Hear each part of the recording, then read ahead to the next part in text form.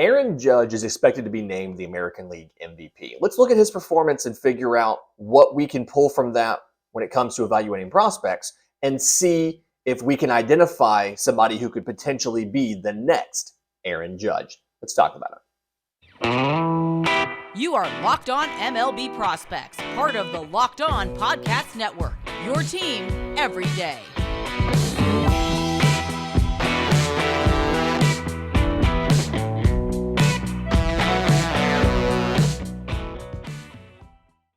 Yes, welcome on in to Locked On MLB Prospects, your home for all things minor league baseball. I'm your host, Lindsey Crosby, baseball writer and podcaster. Thank you for making this your first listen every single day. And unless you were living under a rock, obviously, you saw what Aaron Judge did this season. I mean, ESPN cut into college football games to show you him trying to hit the Yankees' record home run. But I think we need to put in the proper context exactly what Aaron Judge did. So, 2013 first rounder out of Fresno State. And it's funny, he was never the number one prospect for the Yankees. Aaron Judge got as high as number 2 in 2015 behind right-hand pitcher Luis Severino. So might want to, proof that we don't always hit on all of these evaluations exactly. But 157 games this year for the Yankees. 311, 425, 686, 62 home runs, which led all of baseball, set a new record in the American League, 90 extra base hits, 111 walks to 175 strikeouts. He was 16-19 on stolen bases, ended up with 10.6 WAR. So one of the higher seasons we've seen in a while. And it's something we always knew Aaron Judge had the potential to do something like this, right? Coming out of college, coming out of Fresno State, the conversation was incredibly tall. He's the biggest and tallest player. He's just the biggest and tallest player in baseball history. I mean, 6'7", 280. There's been guys who have been taller. There have been a couple guys who have been heavier, but nobody's had that combination of size, of height, size, that kind of stuff. And having all of that has taken a physical toll. He's missed quite a bit of time over the course of his career, whether it was a torn quad that delayed his minor league debut after being drafted. He had a chip fracture in his wrist. He's had oblique injuries, shoulder injuries, calf injuries. Just a litany of things have bothered Aaron Judge. But when he's been healthy and gone through full seasons, he's been able to put it together in quite an impressive way. So 2017 is his debut year. He ends up being an all-star that year. He's rookie of the year. He's runner-up for MVP. In that season, 155 games, 284, 422, 627, 52 home runs, 79 extra base hits, 127 walks to 208 strikeouts. So he led baseball in walks, led baseball in strikeouts, led baseball in home runs, led baseball in runs scored with 128. When Aaron Judge has been healthy, these are the type of things that he has done. Ended up coming in second place to Jose Altuve for the MVP after winning Rookie of the Year and everything. But I think context for Aaron Judge's performance is really important here. So Judge has 62 home runs. Kyle Schwarber had 46 for the Philadelphia Phillies. He was tops in the National League.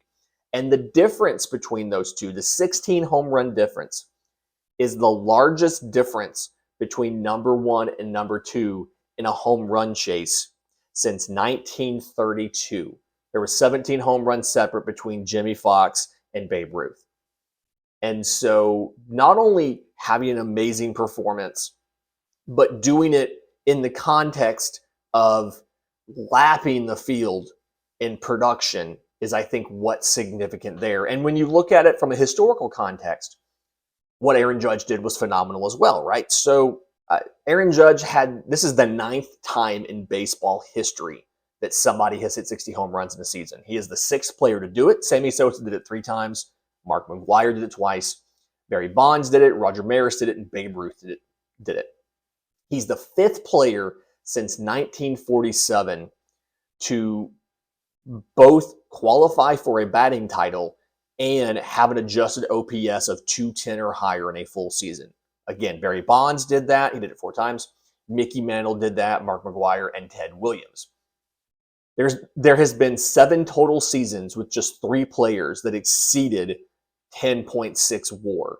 And that was Barry Bonds did it 3 times, Mickey Mantle did it 3 times, Stan Musial did it once. And so in the historical context, it's amazing what Aaron Judge did. In the individual season context, it's amazing how much he outpaced all of the rest of baseball. And the question now becomes, Aaron Judge is going to free agency. He's going to free agency at age 30. And what is he going to get? Where is he going to go? Reportedly, before the season, he turned down a 7-year, $213.5 million extension offer from the Yankees. He's probably going to get more than that on the open market. Obviously, he turned that down and then put out an MVP year. The question's going to be, what is the annual average value of an Aaron Judge deal?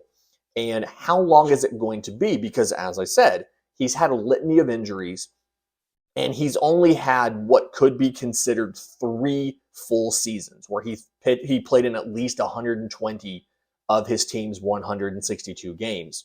And that was 2017, 2021, and 2022. He broke 100 games in 18 and 19, 112 and 102 respectively, and he got about 28 games in the shortened 2020. And so, going to be a fantastic question. Going to be really interesting to see what happens. He can play right. He can play center. Obviously, just about anybody can DH. But Aaron Judge single-handedly carried the Yankees to the playoffs and is going to get paid by somebody. The question is, what is he going to get paid by, and who is it going to be? So I guess when we're looking at the next Aaron Judge, we can look at it from 2 perspectives. One perspective, going to be kind of easy, we'll do it in the third segment, is what current big leaguers have great power performance and could be capable of taking that next leap in performance to take them into a stratosphere somewhere like Aaron Judge.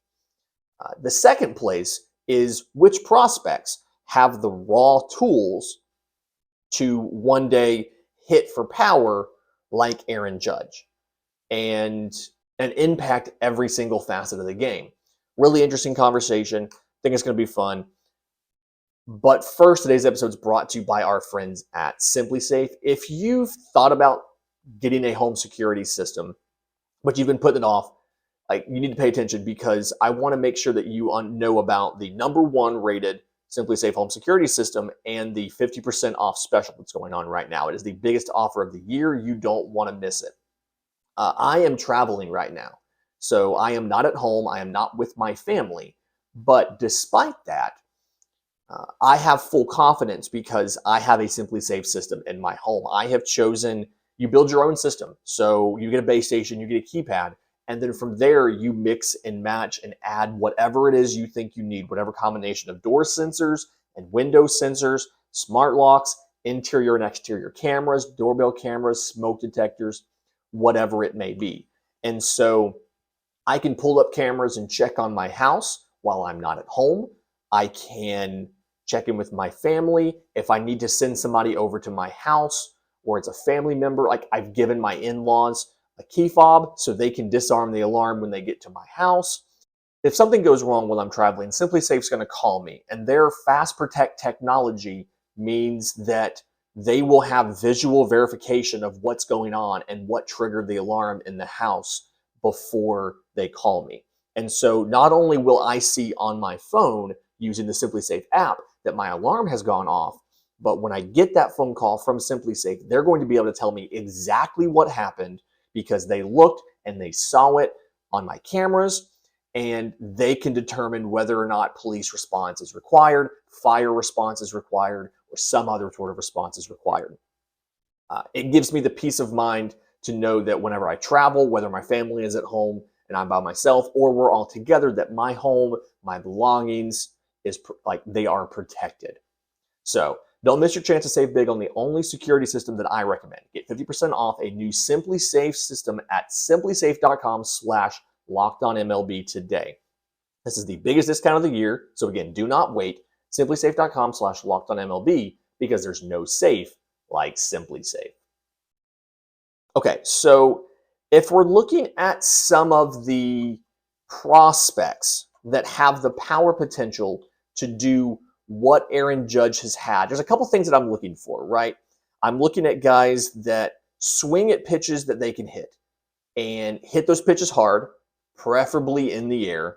And you get a pretty interesting list. Some of these guys are pretty known, some of these guys are not. I'm not automatically looking for guys who are 6'7", 250 plus pounds. I don't think you're going to physically recreate Aaron Judge. That seems a little unreasonable. Now, that being said, the Yankees have quite a few outfielders in their systems that are 6'5" or bigger, because I feel like that they've learned how to coach and how to develop an overly tall hitter with those long levers, right? But when we're looking at prospects with the power potential, I do want to look at, starting off first, shortstop Oneil Cruz. Guy we've talked about a ton on this show. Massive home run potential, has some of the best exit velos in all of baseball. And so he checks off part one of the box. Now, you'll remember when I was going over kind of some of what Aaron Judge did, Aaron Judge struck out 208 times his rookie year in 155 games. He improved that to 175 strikeouts in 2022, and actually he got even a little bit better with 158 strikeouts in 2021. You can't talk about Oneil Cruz without discussing the strikeouts. That is a problem that Oneil Cruz has as well. 87 games in the big leagues this year, struck out 126 times. The issues with Oneil Cruz as compared to Aaron Judge is the on-base percentage. Aaron Judge, I mean, even in his 2017 year, he had a 422 on base. He was getting on base plenty. This year, on base of 425. And it's something where Oneil Cruz has not quite taken that leap. So he's got the raw power that Aaron Judge has. He has the strikeouts that Aaron Judge had, but he hasn't yet developed the on-base percentage and the ability to take walks. And part of it is, if you watch Oneil Cruz, it's his approach at the plate. Oneil Cruz is incredibly aggressive and has the belief, which you would love the confidence, has the belief that he can hit any single pitch that is thrown. And so as he spends a little more time in the big leagues, he's going to mature as far as his approach at the plate and understand what he can and what he can't drive, and what he can and what he can't make contact with. And we see this a lot sometimes with prospects who have very good hit tools, is they'll take weak contact over no contact. And so what Oneil Cruz has to do is, with not having a great contact tool, is Oneil Cruz needs to work on pitch recognition and discernment and understand what he can make contact with, and then can he drive that ball, or does he need to wait for a better pitch to drive? So really interesting option there. Somebody who has the power potential that you're looking for, but needs to work on the contact ability, because as we talked about on the show a ton, your power tool is only as good as your hit tool. Another guy with immense power, but I think maybe a little bit better of a hit tool, is shortstop Elly de la Cruz of the Cincinnati Reds. 6'5", 195, so he fits the mold of the taller, physically larger player, although he is on the skinny side, just under 200 pounds. But Double-A Chattanooga, he spent the last third of his season, so 47 games in Double-A Chattanooga this year. 305, 357, 553. So high batting average, higher on-base percentage, and then the slugging was there. Hit 8 home runs in 47 games. And that's after he hit 20 home runs in 73 games in High A Dayton. And so when you watch Elly de la Cruz, absolutely has the power potential. Elly de la Cruz is one of those guys that he doesn't have the most power in that system, but he's pretty good up there. I'd give him plus to 65 grade power. And that just goes along with incredible speed and a fantastic arm. And so he's definitely somebody who can have the game-breaking ability that Aaron Judge can have as far as ability to get into a ball. The raw power is plus. The game power is 60 to 65. And I think the world of Elly De La Cruz. I think he has one of the highest ceilings of anybody in the minor leagues. Now, obviously, the fact that his batting average in the minors so far, I mean, for his career over 200 plus games, it's at 298. His career minor league slash line is 298, 351, 535. So he did even better than that in Double-A Chattanooga and in High-A Dayton in 2022. And so, yes, probably a couple years away. He's just now 20 years old. But Elly De La Cruz has a combination of power and contact ability where, with a little bit more refinement and a favorable batting average on balls in play, he could have a season that would come closer to what Aaron Judge has done. I don't think anybody's going to hit 62 home runs in a season without juiced balls. But even if you back down what Aaron Judge did by 20%, you're looking at a 291 average with 49 home runs, 106 runs, and 105 RBIs. That kind of feels like that is doable for an Elly De La Cruz if everything hits perfectly during his time in the bigs. I mean, he has those kind of raw tools. Do want to mention some of those Yankees outfielders. Spencer Jones is the one that everybody brings up. The first round pick out of Vanderbilt in 2022, 6'7", 225. So obviously, it's very easy to look at him and say, oh, yes, he's super tall. He's an outfielder. He's obviously the next Aaron Judge. To me, I think the guy in the system that might have the better option to do it, because yes, Spencer Jones does have plus raw power, and I think he's going to end up with plus game power. But I think his offense, his contact ability is probably below average to average. And so I don't know how much he's going to grow to get there.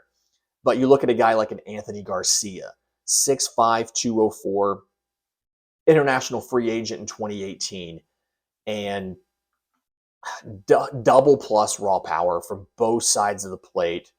Average exit velo sits in the mid-90s. He can absolutely crush them. Over the last couple of years, he's been improving the quality of his at-bats. He took a step back in 2022 in low A with the Tampa Tarpons. So he got 16 games there to close 2021 after rookie ball at age 20. And he batted 291, 426, 655. Hit 6 home runs in 16 games, 25 strikeouts to 13 walks. So the walks were a little bit higher. Struck out more than once a game. You're going to see that with these extreme power hitters, especially these tall guys like this. But high batting average, very high on base, very high slugging. Took a step back in 2022 over 95 games. 195, 372, 369. Hit 14 home runs, 23 extra base hits. As I understand, he was dealing with some injury concerns that hampered him at the plate. Part of the reason why he had 156 strikeouts, albeit 83 walks in there. So like some of those tools from an Anthony Garcia, if you're talking about Yankees outfielders who could try to one day replicate Aaron Judge's production in the aggregate or get 70% of the way there, I think Anthony Garcia is probably, between him and Spencer Jones, one of those guys might do it. Mauro Bonifacio is 6'7", 226, and he's got the stuff as well, but I just don't quite think it's going to work out there. And then looking just kind of across the minors real quick, Jordan Walker with the Cardinals is a guy that absolutely feels to me like has the potential, especially with the lineup he'll be hitting in next year in St. Louis, has the potential, has the raw power, has the protection in the lineup to get pitches to hit and be able to hit for a ton of power at the big league level. So excited about the potential there. Outfielder Matt Wallner, somebody that I've identified as a ton of raw power and a good enough contact ability to put it into games. Outfielder Joey Wiemer is another guy. Third baseman Orelvis Martinez, somebody that we see tons of power, as well as a guy I've talked about plenty on this show, Dodgers outfielder Andy Pages. We've seen what he's done, whether it's fall, whether it's in season. I think once everything clicks for Andy Pages, he could be he has a chance to have Aaron Judge-like production at the big league level.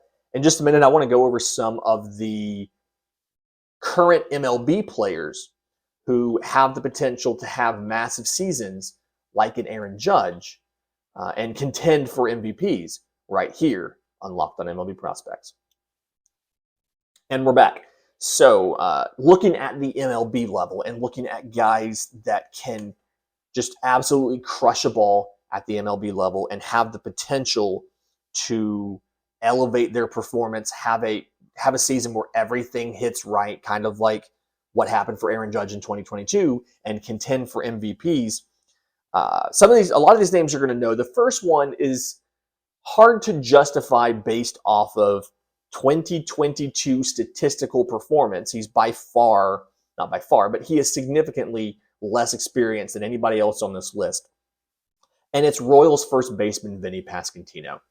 We've talked about Vinnie Pasquantino quite a few times. He actually came up in our on Monday, a proposed Taj Bradley for Vinnie Pasquantino trade between the Royals and the Rays. But 72 games at the big league level in 2022, 295, 383, 450.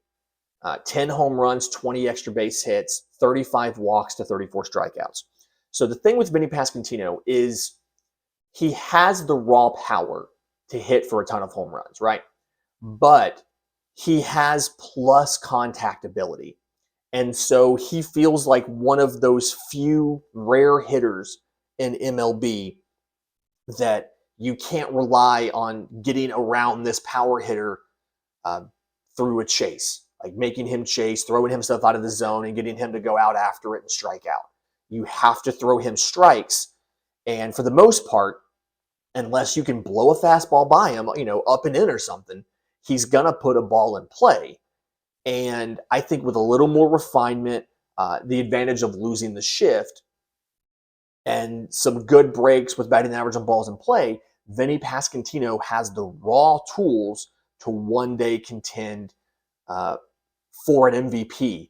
And if I'm the Royals and I'm not making that Taj Bradley trade, I'm looking to go ahead and probably by middle of next season, I'm locking up Vinnie Pasquantino long term. I'm giving him the Wander Franco deal. I'm giving him the Michael Harris deal. I'm doing something like that to give him a long-term contract to be my first baseman for the indefinite future, because Vinnie Pasquantino has all of the tools combined with the very, very good contact ability to be a power hitter with a high batting average, which is not something you see a ton. One of the comparisons, I don't like to do comps. One of the comparisons I've seen people put out who are high on Vinnie Pasquantino has been Freddie Freeman. Not quite sure I'm buying that exact comparison, but that's the type of game that we're talking about as far as developed at the plate, as well as great power ability. A couple other guys here, guys you're all going to have heard of, especially if you watch the playoffs. Yordan Alvarez of the Astros, 6'5", 225, famously with 2016 IFA by the Dodgers, and was a minor league trade in 2017 to the Astros. But 135 games this year, 306, 406, 613, 37 home runs, 97 RBIs, 78 walks to 106 strikeouts. One of the big things for Yordan Alvarez has been health. 2019, he got 87 games, won Rookie of the Year, was called up partially in the season, so I get it. Played a total of 2 games in 2020. Played 144 in 2021. That's his high water mark. Played 135 in 2022. His 162 game average, 296, 384, 590 over his professional career. So this year was better than his average for his career, and it feels like he's just continuing to get better. The slugging percentage has always been, for the most part, outside of last year, has always kind of been in the 600s. Was an all-star this year for the first time, and is probably going to get a couple down-ballot MVP votes. Not obviously going to win it because you've got both Aaron Judge and Shohei Ohtani in front of him, but Yordan Alvarez, definitely a dude that can impact a game in a significant manner. Over in the National League, Kyle Schwarber of the Phillies was the National League home run leader, 2014 first rounder out of Indiana by the Cubs. And this year, 155 games, 218, 323, 504, 46 home runs, 94 RBIs, 86 walks to 200 strikeouts. The issue you have with Kyle Schwarber is the contact abilities on a different level as a guy like a Yordan Alvarez. And so, you saw the batting average was under 220. He had an MLB leading 200 strikeouts. And so it's something where he's going to have to do a little bit of work at the plate as far as pitch recognition and discernment and fixing some of the holes in his swing. And at age 29, I don't know how realistic it is that that happens. So Kyle Schwarber has the raw tools to do it. As far as power, not necessarily sure he has the elite contact ability to make it happen. Somebody who is underrated on contact ability, and as we know from his home run derby performances, plural, and home run derby championships, plural, can crush some home runs, is Pete Alonso of the Mets. 2016 second rounder out of the University of Florida, 160 games this year, 271, 352, 518. Didn't have the gaudy slugging percentage like Yordan Alvarez did, but 40 home runs, his 131 RBIs, I believe either led the National League or all of baseball. And of course, the last guy on this list, we can't just not talk about him, Ronald Acuna Jr. I know that statistically he didn't have the 2022 we expected. He came back a little bit after the start of the year because of the torn ACL that he suffered in 2021. Didn't look like the same player all year. Go back at his 2019 to kind of see what Ronald Acuna Jr. could do. 2019 got 156 games in, batted 280, 365, 518, 41 home runs, stole 37 of 46 bases, 76 walks to 188 strikeouts. So that's the type of performance a healthy Ronald Acuna can do and be dynamic not only at the plate, but on the base paths. I don't know if he'll ever hit into the 60s like Aaron Judge, but I could see a fully healthy Ronald Acuna hitting in the 40, challenging for a 40-40 season, as well as playing stellar defense in right field.